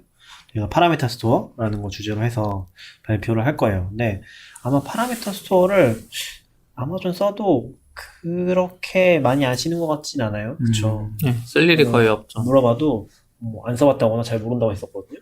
그래서 잘 모르는데 엄청 좋아요. 그러니까 이게 정말 기능적으로는 너무 작은데 쓸모가 너무 많아서 좋은 서비스입니다. 네, 사실 파라미터 스토어가 아마존 안에서는 그 SSM이라고 시스템 서비스 매니저? 그 밑에. 시스템 매니저. 네, 그 근데 밑에 있는 애거든요. 축약어가 뭔지 모르겠어요. SSM이 시스템 매니저라고만 돼 있어서 시스템 서비스 매니저 뭐 그런 거 아니에요? 서비스가 안 들어가더라고요. 근데 그래요? 아무리 찾아도. 아무튼. 네. SSM 밑에 제일 밑에 있는 기능이에요. SSM에서도 사람들이 제일 안 쓰는. 근데 이제 컨테이너 쓰고 막 보안이나 키 관리 뭐 이런 게 중요하면은 이게 핵심 기능이 돼요. 저 컨테이너 안 쓰는데 도입했어요. 그래요? 네. 컨테이너 아까 쓰신다면서요. TD 엔진엑스랑 그러니까 컨테이너를 쓰는 서비스가 있고 컨테이너를 못 쓰는 아직 도입을 못한 서비스가 있는데 그 이제 레거시 서버 거기는 EC2에서 운영하고 있거든요. 근데 SSM을 도입하고 싶었어요. 파라미터 스토어를 도입하고 싶었어요. 그래서 어떻게 하지 처음에 고민을 좀 하고 그래서 EC2 안에다가 AWS 키를 막 주입을 시켜놓고 쓸까 막 별 생각을 다 했는데 이제 동료분께서 그러지 말고 그냥 SSM 파라미터 스토어 접근할 수 있는 롤을 하나 만들고 그 롤을 EC2 인스턴스에다가 부여를 하면 된다. 그래서 이제 막 제 잘 모르는 테라폼으로 막 이렇게 해서 만들었더니 부여를 했더니 접근이 되더라고요. 그러니까 EC2에서 파라미터 스토어 접근이 되는 거예요. 그 설정도 세세하게 할 수 있어서 특정 그 약간 이게 디렉터리 구분식으로 접근이 되잖아요. 파라미터 스토어 저장할 때 경로 구분식으로 할 수 있잖아요. 그 이름이죠. 네. 네, 특정 경로 밑에 있는 애들만 가져올 수 있게 할 수 있어서 그래서 지금은 뭐 이렇게 서비스 이름 적어놓고 뭐 스테이징 환경 적어놓고 그다음에 서비스 앱 이름 그런 거 적어놓고 그렇게 해서 했는데 그거 하고 나서 이제 저희는 장고 서버니까 장고에 또 그 특정 경로 밑에 있는 애를 다 들고 오는 게 있어요. 그거 다 들고 온 라이브러리 사용해서 한번 액세스해서 이제 다 들고 온 다음에 그다음부터 이제 세팅하고 막 이렇게 했죠. 괜찮은 거. 편하더라고요. 좋아요. 예. 사실 이 기능적으로는 정말 별게 없잖아요. 그냥 키밸류 스토어만 딱 제공해 주는 건데 이게 왜 좋냐면은 보통 이제 키밸류 스토어가 필요한데 없으니까 되게 고민을 많이 하게 되거든요. S3에 넣어야 되나 아니면 다이나모 DB를 하나 써야 되나 막 그런 거 엄청 고민하는데 약간 AWS에 원래 이게 SSM도 아니었고 EC2에 조그맣게 메뉴에 들어가 있었어요. 그러다가 SSM 그게 활성화되면서 그쪽으로 같이 들어가 버린 건데 그래서 그냥 키 넣고 밸류 넣고 그럼 끝이고 네. 이제 API나 그 SDK로 접근할 수가 있는 거죠. 네. 그 키 값에. 그 키에 접근하면 밸류가 나오는 거죠. 딱 그건데 그래서 엄청 쓸모가 많아요. 배포할 때 들어가는 어떤 파라미터들 그런 거 저장해놓고 쓰는 맞아요. 거죠. 그리고 또 좋은 게 저희 같은 경우도 지금 쓰고 있는데 원래 저희가 배포를 할 때 S3를 썼거든요. 네. S3에서 어떻게 썼냐면은 KMS로 암호화하고 그거 S 저장해놓고 그거를 디플로이 할 때 다시 풀어 쓰는 식으로 썼거든요. 근데 그것도 되게 복잡해요. 예전에 CP가 한번 정리해줬었는데 봉투 암호화라고 암호화 된 걸 다시 암호화해야 돼요. 왜냐면 KMS가 이제 KMS는 뭐죠? 뭐의 줄임말이지? 키 매니지먼트 스토어. 네, 그 키 매니지먼트 그걸 써서 암호화를 하면은 글자 수 제한이 있거든요. 시큐리티. 글자 수가 4,000자인가? 그거밖에 안 될 거예요. 그래서 그거를 암호화한 걸 다시 암호화하나? 좀 헷갈리는 저도 갑자기 오랜만에 생각하니까 아무튼 봉투 암호화라고 한 번 더 암호화하는 방식을 써서 긴 또 내용을 암호화를 할 수가 있어요. 암호화 키만 암호하는 거죠. 맞아요. 본체는 안 하고. 네. 그런 식으로 써서 최종적으로는 이제 KMS에 호출해서 그 키 마스터 키 가지고 이제 풀어주는 네. 그런 식으로 쓰는 거거든요. 그런 식으로 썼었죠. 지금도 쓰고 있고. 근데 이제 이런 거 나오면서 그렇게 할 필요는 좀 많이 없어진 것 같아요. 아직 그러면 KMS 키도 별도로 관리하세요? 애플리케이션 배포용 키는 별도로 만들어서 우선은 그냥 하나 있어요. 하나로? 네. 하나에 그냥 굳이 따로 만들 거 있나 해서 그냥 디폴트 근데 키를 이제 쓰고 있는. 파라미터 스토어랑 디폴트는 아니고 그냥 따로 만들었는데 그거 하나. 파라미터 스토어랑 이쪽을 잘 쓰다 보면 여러 개 쓸 수 있을 것 같아요. KMS. 근데 지금은 하나 그 압축하는데 다 써야 되기 때문에 하나로 하고 있고 이것도 약간 구글이 문제예요. 네? 구글이 뜬금없이 그거를 또 그 저희가 안무하는 것 중에 대부분 보면 환경 변수랑 뭐 이런 것들이라서 다 파라미터 스토어로 다 뺄 수 있어요. 네. 유일하게 못 빼는 게 뭐냐면 구글이 파이어베이스랑 구글 클라우드 그 키가 있잖아요. 액세스 네. 키. 그게 구글은 환경 변수 방식을 지원을 안 해요. 무조건 파일이어야 돼요, 얘네들은. 지금 무조건 파일을 어디 갖다 놔야 돼요. 도커 띄우든 뭘 하든지 간에. 이제 그 파라미터 스토어에 넣을 방법이 없어요. 그 파라미터 스토어가 좋은 게 아까 이제 KMS로 S3 암호 한다고 했잖아요. 네. 근데 KMS면은 바로 그냥 파라미터 스토어 자체에서 암호화 시켜버리거든요. 그러니까. 그게 좋은 건데 지금 저 파일 같은 경우는 거기에 길이에 안 맞는 거죠. 길이가 필요해요. 그걸 쪼개서 넣던가. 그러니까 파라미터 스토어에 그 랭스 제한이 있거든요, 또. 네. 그러다 보니까 파일이 길면 뭐 쪼개서 정확히 몇 글자인지 기억 안 나는데 그런 건 해봤거든요. SSL 키 있잖아요. 그걸 넣고 싶어가지고 그거를 뭐였지? 약간 줄이는 알고리즘 같은 거 있잖아요. 그런 걸로 줄인 압축 다음에 알고리즘 같은 걸로? 줄인 다음에 그걸 넣고서 네. 다시 다시 가져와서 풀고 쓰는 아이고. 그런 걸 해보긴 했어요. 아슬아슬하게 들어가더라고요. 압축하면? 네. 나 어떤 거는 안 들어갈 수도 있겠네요. 그런 식이면. 넣을 수 있죠. 길이 네. 제한이 있으니까. 모든 값을 다 넣을 수 있는 건 아니죠. 당연히 키밸류 스토어하고 이제 배포할 때 필요한 값들을 넣으라고 원래는 만들어 놓은 거니까 그건 당연히 다 되는 건 아니죠. 그러니까 그 예전에 낙교님이 파라미터 스토어 소개해 주시면서 이거를 일반적인 키밸류처럼 접근하려는 의도들을 막기 위해서 액세스가 단시간 내에 너무 많이 일어나면 안 될 거라고 막히거나 뭐 이런 뭔가 조치를 받을 거다 이런 얘기를 하셔가지고 저 이제 처음에 도입하면서부터 그 고민을 많이 했어요. 그래서 하나씩 받아올 수 있게 하면 파라미터 하나씩 접근해서 가져오게 만들어 놓으면 분명히 막힐 텐데 이 장고는 처음에 세팅즈 파이에서 환경 변수를 쭉 세팅해 놓고 그 다음에 앱이 떠야 되는데 거기에 사용하는 환경 변수 되게 많거든요. 이번에 인형 눈 따기 하듯이 다 땄는데 한 40개 정도 돼요. 환경 변수가. 그러니까 40번을 호출을 하는데 엄청 빨리 호출할 거잖아요. 그래서 고민을 했는데 다행히 특정 경로 밑에 있는 걸 다 불러올 수 있어서 그런 해결했어요. API가 있어요. 네. 다 가져오는 API도 있고. 근데 이제 문제는 아예 그런 라이브러리가 그것까지 지원을 하더라고요. 특정 경로 밑에 있는 모든 값을 세팅즈에다가 아예 다 그러니까 ENV 안에다 다 집어넣을 수 있는 그러니까 거예요. 그거는 그 라이브러리 문제가 아니라 네. API가 지원해주니까 네, 가능한 거죠. 그쵸. 네, 그 가능한 API 거죠. 쓰는 거죠. 네. 예, 그렇게 가능한 건데 이제 문제는 사실 그 하나에 뜰 때가 문제가 아니라 그런 경우가 있을 수 있는 거죠. 예를 들어 컨테이너 엄청 잘 쓰면은 뭐 수백 개 수천 개씩 갑자기 띄울 수도 있는데 그때 먹통될 수 있잖아요. 한꺼번에 호출하면. 당장 장고 서버가 10대 20대면 근데 그건 컨테이너랑 관계 없는 거 아니에요? 컨테이너로 띄워도 그렇게 되잖아요. 뭘로 띄우든 간에 네, 뭘로 이제 띄우든 뭐 갑자기 상관없이. 근데 네. 보통 이제 수백 대 수천 대 띄우면 컨테이너로 띄우잖아요. 그렇긴 하죠. 보통 인스턴스를 그렇게 늘리진 않으니까 뭐 음. 늘릴 수도 있긴 한데 네, 아무튼 이제 그렇게 떴을 때 뭐가 문제인 거죠. 실제 하나에서 뭐 그러니까 수십 개 가져오는 게 스케일링을 문제라니까. 갑자기 할 때. 네, 그쵸. 네. 갑자기도 그렇고 당장 저희만 해도 웹서버 30대인데 30대에서 환경 변수 그렇게 가져오면 분명히 문제 생길 것 같아요. 저희 5대밖에 안 돼서 괜찮아요. 아직. 저희도 롤링을 자주 하거든요. 롤링 하는 거 아. 보통 이제 문제 생겼을 때 하긴 네. 하는데 네, 캐피탈스트라노 쓰고 있는데 그거에서 좀 꼬이거나 하면은 전체 롤링 해버리거든요. 네, 그런 거 생각하면은 사실 단기간에 많이 호출할 수 있는 거죠. 실제로 이거 문제가 있었던 게 저희가 잼서버 따로 라이브러리가 있는데 그거를 써서 프라이빗 잼서버를 만들었었는데 네. 저희가 한 20대 넘어가니까 먹통이 되더라고요. 근데 정확한 원인을 못 찾았어요. 못 찾았고 다른 서비스용으로도 썼었는데 거기도 또 먹통이 되더라고요. 몇십 개가 동시에 호출을 하니까. 그러니까 지금 공식 잼서버는 잘 돌아가긴 하는데 그렇게 호출해도 근데 그것 때문에 한참 고생했었거든요. 그러니까 약간 그 사양 문제인 것 같아요. 저희 30대가 배포되면 30대 프로세스가 또 4개씩인가 떠 있거든요. 120개가 진짜 갑자기. 정확히 똑같은 시간에 얘한테 몰리면 얘는 디도스라고 판단할 가능성도 있죠. 그걸 받아주는 것도 참 신기하지만. 저 요거 띄우면서 약간 삽질했던 경험이 있는데 얘기해도 돼요? 얘기하세요. 이거 왜 원래 이제 허락받으시나요?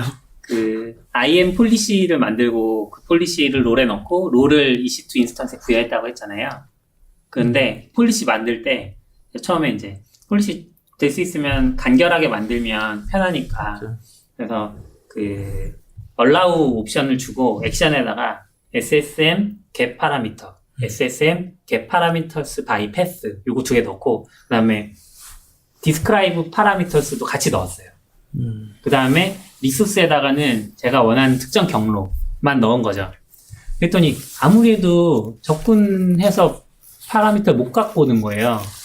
알고 봤더니 제가 예시를 그대로 따라하지 않은 죄가 있더라고요. 예시를 보면 그 describe parameters는 리소스를 그 다 줘야 별표로 되는 거죠? 다 줘야 돼요. 그렇지 않으면 안 되더라고요. 그런 것도 좀 있었던 것 네, 같아요. 그래서 역시 문서를 제대로 읽었어야 되는데 띄엄띄엄 읽어서 이런 S3도 그런 거 있었던 것 같은데 리스트 조회하는 거랑 네. 숫자 가져오는 거랑 달라요. 그 리소스 지정하는 게 달라서 그거 같이 지정해버리면은 먹통되거나 먹통이라기보다 이제 권한이 없는 상태 되거나 했던 거 있었던 것 같아요. S3 그러니까 get 오브젝트는 그냥 해도 네. 되는데 리스트 버켓인가? 리스트 오브젝트를 네. 따로 잡아줘야 되죠. 근데 그나마 좀 다행인 거는 AWS에서도 여기에 대한 되게 생각이 있는 것 같아요. 그러니까 파라미터 스토어를 그냥 알아서 쓰라고 만든 게 아니라 내부적으로 있는 서비스를 다 연동을 하고 있어요. 예를 들면 지금 되게 좋은 게 ECS에다가 그 파라미터 스토어 값을 직접 넣는 기능도 있고 네. 그리고 KMS로 암호화된 정보를 그 암호화 풀어주면서 넣는 기능이 또 들어왔거든요. 그래서 이게 다 지금 아마존에 네이티브하게 들어가 있어서 연동식 태스크 DP는 잘 넣으면은 여기 있는 정보를 바로 쓸 수가 있어요. 근데 아마도 예측컨대 ECS 에이전트에서 이쪽 파라미터 스토어를 API를 호출할 것 같아서 리밋이 풀릴 것 같진 않아요. 그런 것 같긴 한데 내부적으로 어떻게 되는지 모르겠지만 약간 그나마 좀 연동을 직접 해주는 거는 좀 좋은 점이지 않나? 라는 생각이 들긴 했어요. 근데 이거는 이제 아마존 말에 의하면 고객이 원하면 다 해준다 그랬으니까 그러니까 막 자주 쓰고 그 공식 채널 통해서 서포트 막 들어가면 파라미터 스토어 그냥 키밸류처럼 쓰기 엄청 풀어줄 수도 있어요. 사실 기술적으로 엄청난 건 아니잖아요. 애들이 뭔가 이유로 이제 막아놓은 거니까 네. 뭐 만약에 삼성전자급에서 막 쓰겠다고 막 하면 그냥 풀어주는 거죠. 그러니까 아마존 약간 그런 느낌이 들어요. 애플도 마찬가지거든요. 애플도 진짜 앱스토어 정책이 깐깐해요. 앱 등록하면 막 거절당하기도 하고. 근데 거절당해도 애플은 막 전화 통화도 해요. 걔네들이 막 이메일 하다 안 되면 걔네들이 전화 언제 받을 수 있냐고 해서 네. 전화하고 막 서로 이야기해서 어떻게든 방법이 있거든요. 그래서 약간 아마존도 비슷해요. 그러니까 내가 안 되면 애들이 어떻게 해결해 줄 수 있을지 않을까 막 이런 생각이 드는데 구글은 이제 안드로이드도 마찬가지인데 다시 구글로 넘어가. 네. 전 구글 좋아해요, 우선. 네. 구글은, 말이랑 행동이랑 안 맞는 거 아니에요? 아니, 좋아는 하는데, 이제, 좋아하니까. 너무 좋아하니까. 네, 너무 좋아해서. 애정이 있어. 네. 간다. 안 좋은 게 보이는 거야. 구글은 그 플레이스토어 앱을 올렸는데, 내려가잖아요. 네. 내려가가지고 내가 메일 보내면 너 다시 그러면 너 계정 삭제. 로봇이에요. 그래서 구글한테 공식으로 하려면, 뭐, 뒷구멍으로 어떻게 링크드인이든 그쪽 담당자 찾아내야 돼요, 내가. 해서 이야기를 해야 돼요. 구글은 기본이 그거예요. 근데 클라우드는 좀 다를 것 같긴 한데 아무튼 그 생각이 들었어. 아마존은 뭔가를 했는데 뭐 리밋이 있고 뭐가 안 되고 하면 잘 이야기하면 우리가 돈 잘 쓰고 있으면 해줄 수도 있지 않을까 이런 생각은 들어요. 기능적으로 이거는 뭐 시스템 매니저에 들어가 있는 거 봐서는 잘 모르겠긴 하지만 뭐 리밋을 풀어줄 수 있는 가능성이 높은 것 같아요. 그러니까 그런 얘기도 있었거든요. 처음에는 이런 문제가 예상이 되니까 그럼 돈을 더 많이 내면은 풀어주는 거 너무 어떻게 했냐. 서포트 그 포럼 있잖아요. 네. 거기에 그런 글들 막 찾아보면 있었던 것 같긴 해요. 근데 아마 그렇게까지는 안 됐던 것 같고. 근데 아마 그런 니즈가 많아지면 또 서드파티 나올 것 같기도 해요. 결국 다이나모DB로 하면 똑같이 할 수 있긴 하잖아요. 다이나모DB에 KMS 암호화 기능도 다 있는데 그래서 아마 그런 거 비슷하게 지원해주는 CLI 툴들이 있었어요, 예전에. 그러니까 이 파라미터 스토어를 쓰지 않는 방식으로 그런 게 있었었고 그런 게 약간 좀 관리 안 되다가 파라미터 스토어 나오고 그리고 처음에는 아까 ECS랑 연동 안 됐다고 했잖아요. 그래서 챔버라는 CLI 툴이 그걸 연동해주는 툴이 있거든요. 거기에 이제 커맨드 라인 앞쪽에 붙여서 넣으면은 특정 패스에 있는 파라미터 스토어에 있는 값을 다 가져와서 주입해주는 네. 그런 역할을 해주는 거였는데 그런 게 있었고 이제 또 직접 연동되니까 또 그것도 필요 없어진 거죠. 아무튼 지금 그런 상황으로 가고 있어서 아마 요거 잘 정리해서 CP님이 발표해 주실 것 같아요.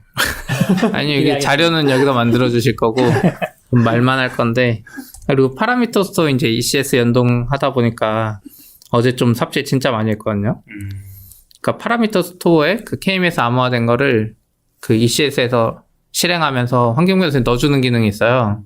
그래서 그걸 쓰려고 제가 엄청 간단한 스크립트 데이터 받아오는 걸 넣었는데 IAM 때문에 거의 하루 종일 날려먹은 것 같아요. 왜요? 그러니까 이게 롤 때문에 문제인데 기본적으로 이제 이거 아마존이 좀 안 좋은 건데 아마존도 까야 되겠다 한번. 그러니까 그 전에 저는 좀 맥락을 얘기를 드리면은 그러니까 ECS에 서비스라는 기능이 있잖아요. 네. 서비스는 이제 태스크를 관리해주는 기능인 거고 그거랑 별도로 그 서비스로 관리되지 않는 태스크를 직접 또 띄울 수가 있거든요. 예. 그거는 그냥 컨테이너를 띄우는 거예요. 그런데 그 컨테이너를 띄울 때 스케줄 태스크라고 클라우드 이벤트랑 연동을 해서 사용할 수가 있어요. 클라우드 와치의 이벤트라는 네. 거랑 연동을 해서 사용할 수 있거든요.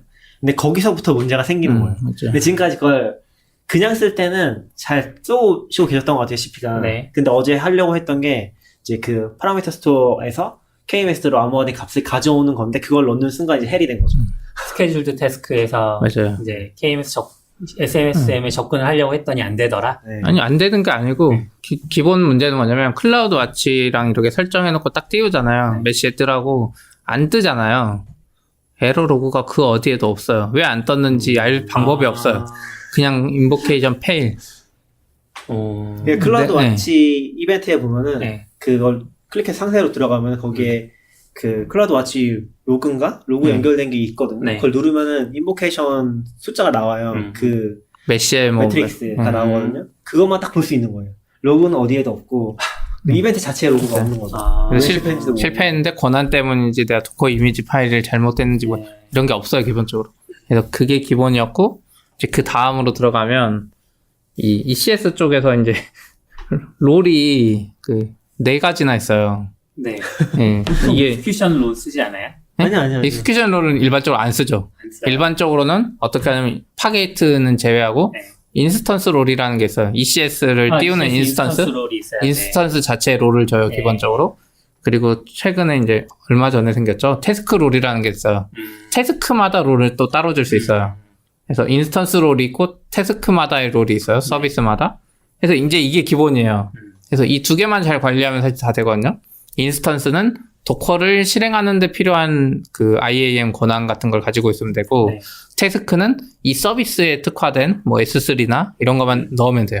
태스크 롤이 나온 지는 꽤 됐는데 태스크 롤이 없을 때는 인스턴스 롤에다가 ECS 권한 몇 개 주고서 태스크에 필요한 롤을 또 추가로 줬어야 되거든요. 그러면 얘가 상속을 받아 썼는데 네. 이게 몇 년 전인가? 1, 2년 전쯤에 태스크 롤이 나와서 태스크마다 롤을 따로 줄 수 있게 된 거죠. 그러면 이제 그 인스턴스에 종속돼 버리면은 얘가 태스크 다른데도 인스턴스의 권한이 올라가 버리잖아요. 네. 그럼 필요 없는 권한이 가지고 있는 거잖아요. 그러니까 그런 걸 좀 분리할 수 있게. 그렇죠. 옆에 이상한 인스턴스가 뜰 수 있죠. 네.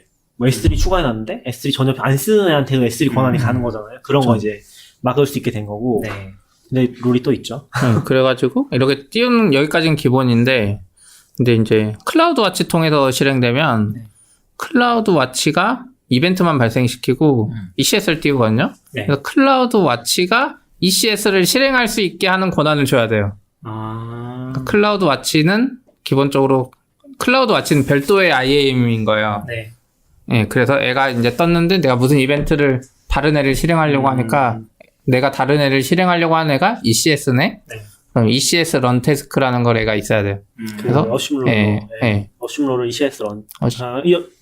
어심롤은 그거죠. 이벤트를 좋아해요. 예, 어심롤은 뭐 이벤트, 하는 클라우드 와치 이벤트니까 해서 어쨌든 ECS 런 태스크를 할 수 있는 권한을 줘요. 네. 그래서 네. 그것도 깔끔해요. ECS 런을 애는 클라우드 와치는 크론처럼 딱 하고 인스턴스에 알려주면 인스턴스가 인스턴스 롤 가지고 태스크를 띄워요. 약간 깔끔해. 이게 잘 돼요. 네. 여기까지는 잘 됐죠. 네. 스케줄 태스크 여기까지 잘 쓰고 있었죠. 제가 그냥 개인적으로도 이렇게 많이 쓰거든요. 네. 근데 여기서 이제 문제가 되는 게 그 KMS 암호화랑 파라미터 스토어 연결하려고 그거 한 것도 있고 또 진짜 인풋에다가 같은 태스크 디피니션인데 뜰 때마다 뭐 다르게 뜨려고 환경 변수를 약간 조작하는 게 있거든요. 오버라이드 하는 거. 예, 환경 태스크 변수가 디피니션을 오버라이드를 해요. 셋업된 거를 실행할 때 태스크를 실행할 때 바꿔주는 옵션을 쓰는 거죠. 그래서 오버라이드를 하거든요. 근데 그 두 개를 하려면 지금까지 말했던 세 개의 롤 외에 익스큐션 롤이라는 걸 따로 지정해줘야 돼요. 그러니까 원래는 TD를 익스큐션 롤 없이 만들 수 있고 네. 실행할 수 있는데 지금 하려는 걸 하려면 반드시 이게 없이는 안 되는 거예요. 기능 맞아요. 필요는 없는데 없이는 안 되는 거예요. 그러니까 원래는 익스큐션 롤이 없으면 어떻게 되냐면 인스턴스 롤 걸 쓴대요. 네. 그래서 일반적으로 문제가 없어요. 인스턴스에는 ECS 런이나 뭐 관련 롤이 있으니까. 근데 익스큐션 롤을 새로 만드니까 얘가 무슨 권한이 필요한지 좀 애매해요. 그래서 보니까 사실 인스턴스 롤이랑 똑같은 걸 가지고 있어야 되더라고요. 거기에 추가로 KMS를 가져오니까 KMS랑 SSM 권한도 있어야 돼요. 네. 그래서 그걸 추가로 넣어주고 기본 태스크 익스큐션 롤에는 없는 거군요. 그 권한들이. 아니 기본 기본 태스크 태스크- 익스큐션 롤이란 건 없어요. 애초에 그걸 없으면 인스턴스 롤을 가져다 써요. 그러니까 TD에 태스크 익스큐션 롤이라는 어트리뷰트가 있는데 그게 공란일 수 있는 거죠. 그러니까 공란인 건 알고 저는 기본적으로 존재하는 애가 있다고 알고 있었거든요. 아니 없어요. 공란이에요. 없어요? 공란이. 아 있긴 있어요. IAM에 익스큐션 롤이 있는데 네, 그걸 아, 설정할 수는 지정 안 있는데 해요. 어쨌든 근데 기본적으로 지정 안 해도 돌거든요. 네. 왜냐면 인스턴스 롤 가지고 뜨니까 그게 더 맞죠 어떻게 보면. 네. 근데 이제 뭐 그 기능 때문에 꼭 익스큐션 롤을 지정하라 그래서 나는 그냥 지정했는데 어쨌든 뭐 여기도 이걸 지정하고 예. 거의 아무것도 없었지 예, 않았어요? 아무것도 없어. 뭐가 필요한지 모르니까. 그래서 안 되는데 클라우드 아치는 페일이라고만 나오고 네. 뭐가 잘못됐는지 안 알려주잖아요. 그래서 거기서 한번 문제가 있었고 답답했겠다. 근데 여기까지 해도 안 돼요. 익스큐션 롤에 인스턴스 롤이랑 똑같은 거에 KMS, SSM 추가해도 안 돼. 또 클라우드 와치에서 IAM 패스 롤이라는 걸 줘야 돼요. 원래는 ECS 런 태스크라는 권한만 있으면 되는데 ECS 런을 실행하니까 근데 얘네들 개념이 뭔가 특이해서 ECS 런 태스크를 할 건데 쟤는 익스큐션 롤이라는 애를 써요. 근데 애 롤을 뭐 바꿔치기 해야 되나 봐요. 그러니까 익스큐션 롤로 바꿔치기 해야 되나 봐요. 그러니까 내가 이런 권한, 이 롤을 줄 수 있는 권한이 있어야 되나 봐요. 그게 패스 롤이라는 거래요. 그래서 익스큐션 롤을 직접 지정하려면 이 클라우드 와치의 그 롤에다가 IAM 패스 롤이라는 걸 추가로 줘야 돼요. 네. 진짜 복잡해요. 근데 이거를 문제는 방금 말했던 이 복잡한 설정을 디버깅 없이 아무런 메시지 없이 와. 장르. 어떻게 알았어요? 그냥 막 저 해보자. 하다가 안 되니까 그러니까 기본으로 익스큐션 롤 전까지는 이제 기본으로 대충 네. 기존에 했던 게 있으니까 했는데 안 되니까 막 여기 낙교님한테 계속 물어보고 둘이 막 이런저런 테스트 해보다가 이제 테라폼 그때부터는 테라폼 아니에요. 그때부터는 콘솔에 들어가서 막 답답하면 그렇게 돼. 저도 이 기억이 나는 게 예전에 만들었었거든요. 그 이벤트 하는 거를 개인 프로젝트에서 써서 한 적이 있는데 그때 삽질했던 게 IAM 패스 롤이긴 해요. 그러니까 그래서 CP한테 계속 얘기했던 게 맞아요. 거기 뭔가 이상한 롤 줬어야 맞아요. 된다고. 근데 이게 IAM 패스 롤이라는 게 여기서밖에 안 써요. ECS 스케줄 태스크를 할 때밖에 안 쓰거든요. 그래서 그때 뭔가 있었다고 한참 얘기를 했는데 그걸 줘도 안 되는 거예요. 그래서 저도 보는데 권한 문제는 이제 끝난 것 같아요. 근데도 안 됐잖아요. 맞아요. 다 이거 끝나고 나서 그래도 안 됐어. 권한 문제 다 끝나고 안 됐는데 그건 또 제가 오버라이드 할 때 태스크 네. 오버라이드 할 때 네임을 안 줘가지고 환경변수 오버라이드 할 건 환경변수만 줬더니 네. 네임이 없어서 에러 나는 거예요. 근데 그것도 어디에 메시지 안 나와요. 테라폼이랑 그러니까 네임이 없어서 실패했단 말이 절대 안 나와요. 그래서 낙교님이 콘솔 들어가서 에디트 해보니까 거기 콘솔에 네임이 없다고 나온. 아니요. 맞아. 그렇죠. 꼭 네. 제가 이제 하도 이상해서 도저히 이제 안 될 이유가 없는 것 같다. 그래서 CP가 넣은 인풋이 문제가 아니면 이거는 네. 뭔가 IW 사이트의 문제가 아닌가 해서 들어가서 JQ 같은 걸로 막 제이선 테스트 해봤어요. 근데 다 맞는 거예요. 그래서 포기를 할까 하다가 그 ECS에 스케줄 태스크가 원래는 그 탭이 없었는데 없고 네. 기능만 있었는데 그 탭이 들어갔어요. 웹 콘솔에 들어가서 에디트 눌러서 보니까 그게 깨진다고 나오더라고요. 그래서 거기서 직접 넣은 값이랑 비교를 해보니까 네. 컨테이너 디피니션 안에 엔바이러먼트 베리어블을 이제 오버라이드 하잖아요. 네. 오버라이드 하는 부분에 컨테이너 이름이 따로 들어가 된다고 하더라고요. 그게 잡힌 거죠, 디프로. 그래서 그때 이제 알아챈 거죠. 와. 그래서 그때도 CP도 딱 이제 이제 될 것 같다고. 진짜 디버깅 하는 게 힘들었어. 글로 정리해 주세요. 이게 정리하는 것도 힘든 것 같아. 도대체 어디서부터 끊을 때도 모르겠어. 롤이 4개 있다 우선 이야기하고 시작하면 사람들이 막 정신 나갈 것 같고 이거 약간 초급용, 중급용, 고급용 나눠야 돼. 근데 저도 그 느낀 게 뭐냐면 IAM에 대한 얘기를 좀 되게 많이 써보고 싶었거든요. 쓰려고 하면은 약간 그런 게 있어요. 약간 뭐라고 해야 되지? 꼬리를 물고 올라가는 게 있어서 그럼 어심롤은 뭔가요? 거기서부터 설명을 해야 되는데 나도 잘 모르겠어. 그렇죠. 그렇게 막히다 보니까 이게 쓰다가 안 쓰게 되더라고요. 근데 여기도 지금 복잡하게 다 들어가 있는데 예전에 삽질을 했었는데도 모르겠더라고요. 보니까 내가 그 ECS에 필요한 권한을 예전에 했던 거 보니까 막 태스크라이도 줬고 익스큐션 롤도 줬고 중복으로 줘놨어. 맞아요. 나도 모르니까 삽질해놓고. 근데 지금은 이제 어제 삽질한 거 가지고는 아직까지는 오늘까지는 이제 구분이 되긴 하는데 까먹을 것 같아. 역시 삽질은 회사에서 해야 돼. 저도 ECS에 도입하려고 생각하고 있었는데 이런 부분도 생각해야겠네요. 아마 그때 또 물어보실 거야. 우리가 말했어도 이거 다 생각도 안 나요. 맞아요. 그때 또 물어볼 거야. 저희도 생각 안 날 수 있어. 우리 코드 보고 다시. 저도 제가 쓰던 옛날에 만들었던 코드 그냥 들였었거든요. 봐도 해결이 안 되더라고요. 사실 저 개인적으로 띄우는 것도 이것 때문에 안 되고 있거든요. 개인적으로 띄우던 것도 스케줄 태스크 썼는데 이상하게 내가 손으로 하면 되는데 클라우드 와치 통해서 안 되는 거예요. 그래서 그냥 포기하고 놔뒀는데 이번 일로 해결됐어. 네. 그래서 약간 요새 그때도 한번 얘기했지만 넷리파이 같은 게 유행하는 게 그런 거 때문인 것 같아요. 근데 CP도 그런 얘기 했었잖아요. 그 서버리스에서 테라폼 없애고 있다고. 서버리스 맞죠? 아니야. 에이펙스. 에이펙스. 에이펙스에서 그 TJ인가요? 그 유명한 사람? 그 맞아요. 저도 만나. 걔가 에이펙스라고 서버리스 람다 배포 쉽게 하는 걸 만들었거든요.